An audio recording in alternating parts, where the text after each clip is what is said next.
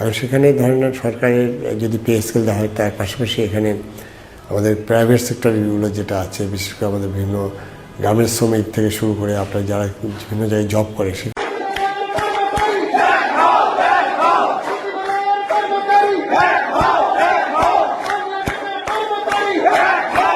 নির্ধারিত সময়ের মধ্যে পে স্কেলের যদি প্রজ্ঞাপন জারি না করে জাতীয়করণ প্রত্যাশী জোটের বাড়ি বাড়ার আন্দোলন যেরকম ভাবে সারা বাংলাদেশে দাবানোর মতো ছড়িয়ে পড়েছিল, এই আন্দোলন কিন্তু সারা বাংলাদেশে আরো বেশি বেগবান হয়ে ছড়িয়ে পড়বে।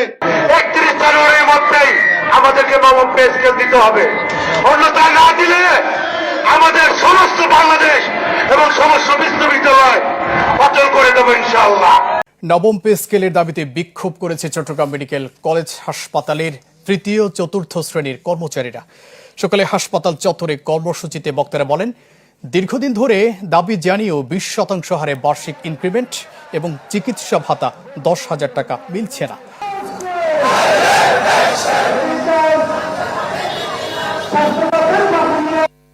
আজকে আমাদের প্রতিদিন কর্মচারীদের সে 8,250 টাকা, এটা মূল বেতন হতে পারে না। আমাদের মহার্ঘ ভাতা সিলেকশন গ্রেড আমাদেরকে বারবার দিবে বলে আমাদেরকে সরকার দিচ্ছে না। আজকে আমরা যে আন্দোলনে নেমেছি এটা আমাদের নামার কথা নয়, কিন্তু আমরা কর্মক্ষেত্র ত্যাগ করে আজকে আমরা রাজপথে নেমেছি আমাদের অন্ন বস্ত্র বাসস্থানের জন্য। তাই সবাইকে দল মত নির্বিশেষে রাজপথে নেমে আন্দোলনের দাবি আদায় করার জন্য জোর দাবি জানাচ্ছি।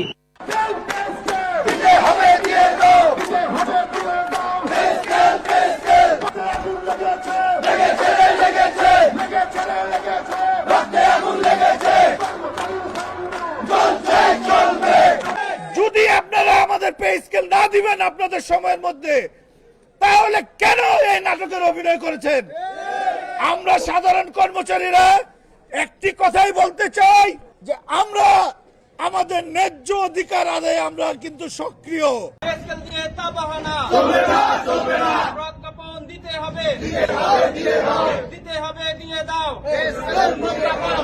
আজ থেকে অর্থ উপদেষ্টার কাছে আমাদের কোনো দাবি থাকবে না, ওনাকে আমরা পরিত্যক্ত ঘোষণা করলাম।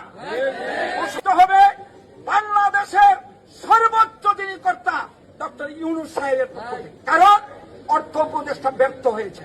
অর্থ উপদেষ্টা মনে হয় রক্ত চাচ্ছে, কারণ রক্ত ধরেই সবাই আদায় করে নিচ্ছে। আমরাও রক্ত দেব কিভাবে? প্রয়োজনে আমরা অনশন কর্মসূচি দেব, ওইখানে আমাদের মেডিকেল সেক্টর লোকজন থাকবে, রক্ত ব্যাগ ভরে দেব, যমুনা দিয়ে আসবো, অর্থ উপদেষ্টা পয়সায় দিয়ে আসবো, রক্ত ঢেলে দিয়ে আসবো। আগামী 31 জানুয়ারি পর্যন্ত দেখবো, দেখার পরে আমরা সর্বত্র কর্মচারীরা কর্মবিরতি কিংবা আত্মহননের পথ বেছে নিব। নবম জাতীয় পে স্কেল বাস্তবায়নের দাবিতে ঠাকুরগাঁও, নাটোর ও খাগড়াছড়িতে প্রতীকী অনশন ও মানববন্ধন করেছেন সরকারি কর্মচারীরা। যদি এই জানুয়ারি থেকে পে কমিশন বাস্তবায়ন না হয়, তাহলে আমরা আর ভদ্রতা দেখাতে পারবো না। আমরা অনেক ভদ্রতা দেখিয়েছি, আমরা সমাবেশ করে দেখিয়েছি, কত লোক আমাদের ডাকে এখানে হাজির হয়। আমার দরকার সেই লোক হাজির করবো, আমরা দরকার সব অচল করে দিতে বাধ্য হবো। নতুন পে স্কেলের মাধ্যমে দেশের বিশেষ গোষ্ঠীকে বাড়তি সুবিধা দেওয়ার কঠোর সমালোচনা করেছেন অর্থনীতি বিশ্লেষকরা। তাদের মতে এই সিদ্ধান্ত নেয়ার আগে দেশের গরিব জনগোষ্ঠীর জীবনমান উন্নয়নের পরিকল্পনা জরুরি ছিল। এ সময় বাড়তি অর্থ সংস্থানের বিষয়ে প্রশ্ন তুলে তারা বলেছেন যে এটি সুশাসন, সুষম বণ্টন ও সর্বোপরি জুলাই বিপ্লবের পরিপন্থী। 50,000 পাচ্ছে, 1 লাখ টাকা পাচ্ছে, বেতন পাচ্ছে, তারপরে সে দুর্নীতি করতেছে। এটা এরকম বলা যাচ্ছে না যে পে স্কেল বাড়লে দুর্নীতি কমে যাবে, বরং সেটা বাড়তে পারে। পে স্কেল বাধাগ্রস্ত করার জন্য গভীর ষড়যন্ত্র চলছে। আমাদের একমাত্র পথ ঐক্যবদ্ধভাবে পে স্কেল বাস্তবায়নে একযোগে কাজ করা। ডিসেম্বর 2025-এর মধ্যে পে স্কেল চাই, দিতেই হবে। কোন রকমের টালবাহানা মানবে না কর্মচারীরা, 10 বছরের বঞ্চনা মানব না। ভিডিওর শুরুতেই যে 12টি পেজ বা ডকুমেন্ট আপনারা স্ক্রিনে দেখতে পাচ্ছেন, এগুলো সাধারণ কোনো কাগজ নয়। এগুলো হলো বাংলাদেশের লাখো সরকারি কর্মকর্তা কর্মচারীর ভাগ্য বদলের দলিল। হ্যাঁ, আপনারা ঠিকই দেখছেন, এটি সেই বহু প্রতীক্ষিত নবম জাতীয় পে স্কেলের চূড়ান্ত প্রস্তাবনা, যা সদ্যই প্রধান উপদেষ্টা ডক্টর মোহাম্মদ ইউনূসের দপ্তরে জমা দেওয়া হয়েছে। আজকের এই ভিডিওতে আমরা শুধুমাত্র বেতনের অঙ্ক কষব না, আমরা সেই 12টি পৃষ্ঠার প্রতিটি লাইনের ব্যবচ্ছেদ করব। এবং ভিডিওর একদম শেষ অংশে আমি আপনাদের এমন কিছু গোপন এবং অত্যন্ত গুরুত্বপূর্ণ তথ্য দেব যা শোনার পর আপনি হয়তো বিশ্বাসই করতে চাইবেন না, কিন্তু সেটাই সত্য হতে যাচ্ছে। এই তথ্যটি পে কমিশনের রিপোর্টের একদম ভেতরের খবর, যা সচরাচর জনসমক্ষে আসে না, তাই একটি মুহূর্ত মিস করবেন না। দর্শক মণ্ডলী, স্বাগত জানাচ্ছি আমার চ্যানেলের আরও একটি বিশেষ পর্বে। ইন্টারনেটে পে স্কেল নিয়ে হাজারো গুজবের ভিড়ে আপনি কেন আমাদের এই ভিডিওটি বিশ্বাস করবেন? কারণ আজকের ভিডিওর প্রতিটি তথ্য আমরা সংগ্রহ করেছি দেশের শীর্ষস্থানীয় গণমাধ্যম ATN নিউজ। প্রতিবেদনে সরকারি চাকরিজীবীদের বেতন বেড়েছে প্রায় 2.5 গুণ, সেই সঙ্গে বৈশাখী ভাতা সহ রয়েছে বেশ কিছু সুবিধা। চ্যানেল 24 এবং দৈনিক যুগান্তরের এক্সক্লুসিভ রিপোর্ট থেকে আমরা এই নির্ভরযোগ্য সূত্রগুলো থেকে পাওয়া তথ্যগুলোকে একত্রিত করে বিশ্লেষণ করে আপনার সামনে তুলে ধরছি, যাতে কোনো বিভ্রান্তি না থাকে। নির্ধারিত সময়ের 3 সপ্তাহ আগেই প্রধান উপদেষ্টা ডক্টর মোহাম্মদ ইউনূসের কাছে একটি বিপ্লবাত্মক প্রতিবেদন পেশ করেছে জাতীয় বেতন কমিশন। সাবেক অর্থসচিব জাকির আহমেদ খানের নেতৃত্বে গঠিত এই কমিশন সরকারি চাকরিজীবীদের জন্য যে সুপারিশ করেছে তা এক কথায় অবিশ্বাস্য। রিপোর্টে দেখা যাচ্ছে সরকারি চাকরিজীবীদের বেতন বাড়ছে প্রায় 2.5 গুণ। শুধু তাই নয়, এর সঙ্গে বৈশাখী ভাতা, বাড়ি ভাড়া এবং চিকিৎসার মতো সুবিধাগুলোতেও আসছে আমূল পরিবর্তন। সবচেয়ে বড় যে পরিবর্তনটি আসছে তা হলো বেতনের অনুপাত বা রেশিওতে। বর্তমানে সর্বোচ্চ এবং সর্বনিম্ন বেতনের অনুপাত যেখানে 1:9.4 মতো, সেখানে নতুন পে স্কেলে এটি কমিয়ে 1:8 করার সুপারিশ করা হয়েছে। এর মানে হলো নিচের দিকের গ্রেডের কর্মচারীদের বেতন উপরের দিকের কর্মকর্তাদের তুলনায় আনুপাতিক হারে বেশি বাড়ছে। এটি নিঃসন্দেহে আয়ের বৈষম্য কমাতে একটি বড় পদক্ষেপ। আসুন এবার সরাসরি অঙ্কের হিসাবে যাওয়া যাক।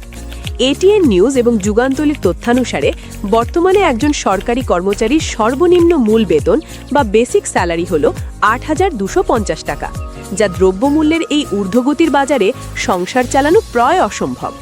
পে কমিশন তাদের সুপারিশে এই সর্বনিম্ন বেতন 8,250 টাকা থেকে বাড়িয়ে 20,000 টাকা অথবা 20,250 টাকা করার প্রস্তাব করেছে। অর্থাৎ 1 লাফে বেতন বাড়ছে প্রায় 2.5 গুণ। অন্যদিকে বর্তমানে সর্বোচ্চ মূল বেতন অর্থাৎ গ্রেড 1 এর কর্মকর্তাদের বেতন 78,000 টাকা।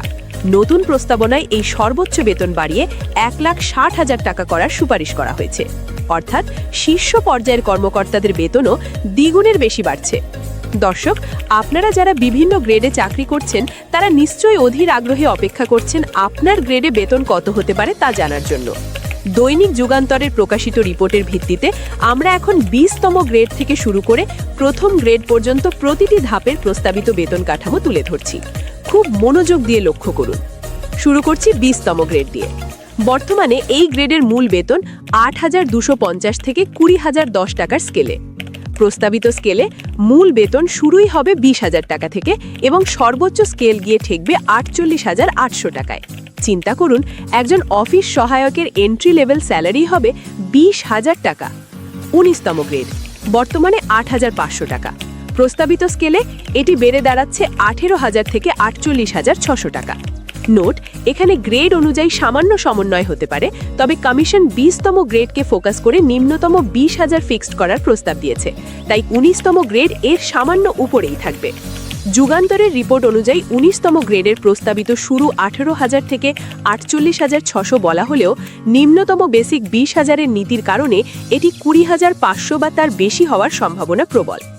18তম গ্রেড, বর্তমানে 8,800 টাকা। প্রস্তাবিত স্কেলে এটি বেড়ে হবে 18,300 থেকে 50,900 টাকা। 17তম গ্রেড, বর্তমানে 9,000 টাকা। প্রস্তাবিত স্কেলে এটি বেড়ে হবে 18,800 থেকে 53,200 টাকা। 16তম গ্রেড, বর্তমানে 9,300 টাকা। প্রস্তাবিত স্কেলে এটি বেড়ে হবে 19,200 থেকে 53,900 টাকা। 15তম গ্রেড, বর্তমানে 9,700 টাকা। প্রস্তাবিত স্কেলে এটি বেড়ে হবে 19,800 থেকে 55,200 টাকা। 14তম গ্রেড, বর্তমানে 10,200 টাকা। প্রস্তাবিত স্কেলে এটি বেড়ে হবে 20,500 থেকে 56,000 টাকা। 15তম গ্রেড, বর্তমানে 11,000 টাকা। প্রস্তাবিত স্কেলে এটি বেড়ে হবে 22,000 থেকে 56,000 টাকা।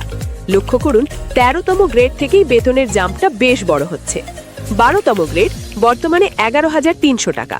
প্রস্তাবিত স্কেলে এটি বেড়ে হবে 22,000 থেকে 56,700 টাকা। 11তম গ্রেড, বর্তমানে 12,500 টাকা। প্রস্তাবিত স্কেলে এটি বেড়ে হবে 25,000 থেকে 60,000 টাকা, অর্থাৎ বেসিক বেতন দ্বিগুণেরও বেশি হচ্ছে। দর্শক, আমরা এতক্ষণ 11 থেকে 20তম গ্রেড পর্যন্ত দেখলাম। এবার চলুন দেখি 10ম গ্রেড থেকে উপরের দিকের কর্মকর্তাদের বেতন কেমন বাড়ছে। 10ম গ্রেড বর্তমানে 16,000 টাকা। প্রস্তাবিত স্কেলে এটি বেড়ে হবে 32,000 থেকে শুরু করে 79,000 টাকা পর্যন্ত। 9ম গ্রেড বর্তমানে 22,000 টাকা। প্রস্তাবিত স্কেলে এটি বেড়ে হবে 45,000 থেকে শুরু করে 80,800 টাকা পর্যন্ত, অর্থাৎ একজন এন্ট্রি লেভেল ক্যাডার অফিসারের বেসিকই শুরু হবে 45,000 টাকা দিয়ে। 8ম গ্রেড বর্তমানে 23,000 টাকা। প্রস্তাবিত স্কেলে এটি বেড়ে হবে 47,000 থেকে 83,700 টাকা। 7ম গ্রেড বর্তমানে 29,000 টাকা। প্রস্তাবিত স্কেলে এটি বেড়ে হবে 58,000 থেকে 92,800 টাকা। 6ষ্ঠ গ্রেড বর্তমানে 35,000 টাকা। প্রস্তাবিত স্কেলে এটি বেড়ে হবে 71,000 থেকে 1,04,000 টাকা। 5ম গ্রেড বর্তমানে 43,000 টাকা। প্রস্তাবিত স্কেলে এটি বেড়ে হবে 86,000 থেকে 1,03,700 টাকা। 4র্থ গ্রেড বর্তমানে 50,000 টাকা। প্রস্তাবিত স্কেলে এটি বেড়ে হবে 1 লাখ থেকে 1,24,800 টাকা। 3য় গ্রেড বর্তমানে 56,500 টাকা। প্রস্তাবিত স্কেলে এটি বেড়ে হবে 1,13,000 থেকে 1,48,600 টাকা। 2য় গ্রেড বর্তমানে 66,000 টাকা। প্রস্তাবিত স্কেলে এটি বেড়ে হবে 1,32,000 থেকে 1,60,000 টাকা। এবং সবশেষে প্রথম গ্রেড বর্তমানে 78,000 টাকা ফিক্সড। প্রস্তাবিত স্কেলে এটি বেড়ে হবে 1,60,000 টাকা। শুধু বেসিক বেতন বাড়লেই তো হবে না, ভাতার খবর কি? এখানেই আছে বড় চমক। এটিএন নিউজের প্রতিবেদন অনুযায়ী বৈশাখী ভাতা নিয়ে বিশাল সুখবর রয়েছে। বর্তমানে মূল বেতনের 20% হারে বৈশাখী ভাতা দেওয়া হয়। নতুন পে স্কেলে তা বাড়িয়ে 50% করার প্রস্তাব করা হয়েছে, অর্থাৎ উৎসবের আনন্দ এখন হবে 2.5 গুণ বেশি। এছাড়াও বাড়ি ভাড়া, যাতায়াত ভাতা এবং টিফিন ভাতার ক্ষেত্রেও উল্লেখযোগ্য বৃদ্ধির সুপারিশ করা হয়েছে। তবে উচ্চপদস্থ কর্মকর্তাদের গাড়ির সুবিধাদি এবং জ্বালানি তেলের খরচে কিছুটা লাগাম টানার ইঙ্গিত দিয়েছে কমিশন। এবার আসি আমাদের শ্রদ্ধেয় পেনশনারদের কথায়। যারা সারা জীবন দেশের সেবা করে এখন অবসরে আছেন, তাদের জন্য এই পে স্কেল হতে পারে আশীর্বাদ। রিপোর্ট অনুযায়ী 1. যাদের মাসিক পেনশন 20,000 টাকার নিচে, তাদের পেনশন 100% বা দ্বিগুণ করার প্রস্তাব করা হয়েছে। 2. যাদের পেনশন 20,000 থেকে 40,000 টাকার মধ্যে, তাদের বাড়বে 75%। এবং 3. যাদের পেনশন 40,000 টাকার ওপরে, তাদের বাড়বে 55%। এর সাথে যুক্ত হচ্ছে চিকিৎসা ভাতা। 65 বছরের কম বয়সীদের জন্য চিকিৎসা ভাতা 5,000 টাকা এবং 70 বছরের বেশি বয়সীদের জন্য তা বাড়িয়ে 10,000 টাকা করার প্রস্তাব করা হয়েছে। বর্তমানে এটি মাত্র 1,500 থেকে 2,500 টাকার মধ্যে সীমাবদ্ধ। সবই তো ভালো কথা, কিন্তু মুদ্রার উল্টো পিঠটাও তো আমাদের দেখতে হবে। চ্যানেল 24-এর একটি প্রতিবেদনে উঠে এসেছে এই বেতন বৃদ্ধির পেছনের অর্থনৈতিক চ্যালেঞ্জের কথা। এই বিশাল বেতন কাঠামো বাস্তবায়ন করতে সরকারের কোষাগার থেকে বছরে অতিরিক্ত প্রায় 1,06,000 কোটি টাকা ব্যয় হবে। বর্তমানে বেতন ভাতা খাতে ব্যয় হয় প্রায় 1,31,000 কোটি টাকা। নতুন স্কেল কার্যকর হলে তা দ্বিগুণ হয়ে যাবে। বিশিষ্ট অর্থনীতিবিদ ডক্টর মুস্তাফিজুর রহমান এবং ডক্টর খন্দকার গোলাম মোয়াজ্জেম চ্যানেল 24-কে জানিয়েছেন, বর্তমান অর্থনৈতিক মন্দা, ডলার সংকট এবং উচ্চ মূল্যস্ফীতির সময়ে এই বিপুল ব্যয়ের বোঝা সরকার কতটুকু টানতে পারবে তা নিয়ে গভীর সংশয় রয়েছে। তাদের মতে, বেতন বাড়ালেই বাজারে জিনিসের দাম হু হু করে বেড়ে যায়, যা শেষ পর্যন্ত সেই বর্ধিত বেতনকেই গিলে ফেলে। আবার রাজস্ব আদায় যেখানে কাঙ্ক্ষিত মাত্রায় হচ্ছে না, সেখানে এই অর্থ আসবে কোথা থেকে? সরকার কি টাকা ছাপিয়ে বেতন দেবে? দিলে মূল্যস্ফীতি কোথায় গিয়ে ঠেকবে? দর্শক, ভিডিওর শুরুতে আমি আপনাদের বলেছিলাম একটি গোপন এবং অত্যন্ত গুরুত্বপূর্ণ তথ্য দেব। খুব মনোযোগ দিয়ে শুনুন। পে কমিশনের এই রিপোর্টটি ডক্টর ইউনূসের কাছে জমা দেওয়া হলেও ভেতরের খবর হলো এই পে স্কেল এক ধাপে বাস্তবায়ন না হওয়ার প্রবল সম্ভাবনা রয়েছে। বিশ্বস্ত সূত্রের খবর এবং অর্থনীতিবিদদের বিশ্লেষণ বলছে, অন্তর্বর্তীকালীন সরকার হয়তো নির্বাচনের আগে শুধুমাত্র মহার্ঘ ভাতা বা স্পেশাল ইনক্রিমেন্ট হিসেবে বেতনের একটি অংশ বাড়িয়ে দেবে, আর পূর্ণাঙ্গ পে স্কেল বাস্তবায়নের দায়িত্ব পরবর্তী নির্বাচিত সরকারের হাতে ছেড়ে দেবে।